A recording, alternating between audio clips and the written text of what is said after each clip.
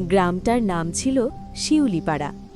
একপাশে ছোট একটা নদী, আর নদীর ওপারে একলা একটা কুঁড়েঘর। প্রতিদিন সন্ধ্যায় ঠিক সূর্য ডোবার সময় ওই কুঁড়েঘর থেকে একটা ক্ষীণ আলো জ্বলে উঠত। গ্রামের সবাই ভাবত ওখানে কেউ নেই, কিন্তু নীরব জানত ওই আলোটা কার জন্য জ্বলে। নীরব নদীর পাড়ে দাঁড়িয়ে থাকত, কিছু না বলেই শুধু তাকিয়ে থাকত। ওপারে মালতী দাঁড়াত, হাত নেড়ে হাসত। কথা হতো চোখে চোখে। নদী পার হয়নি কখনো, তবু ভালোবাসা সব দূরত্ব পার করে গিয়েছিল। মালতীর স্বপ্ন ছিল বড়, শহর, আলো, নতুন জীবন।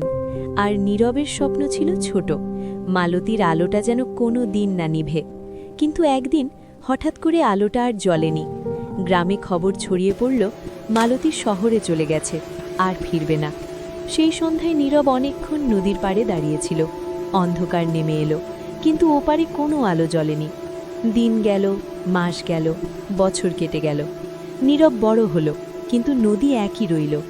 এক সন্ধ্যায় হঠাৎ করে আলোটা আবার জ্বলে উঠল। নীরব দৌড়ে এলো, বুকের ভেতরটা কাঁপছিল।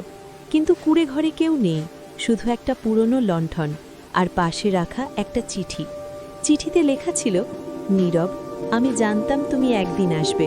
আমি চলে গিয়েছিলাম, কিন্তু আলোটা নিভতে দিইনি। যদি কোনোদিন একা লাগে, মনে রেখো কেউ একজন তোমার জন্য অপেক্ষা করেছিল।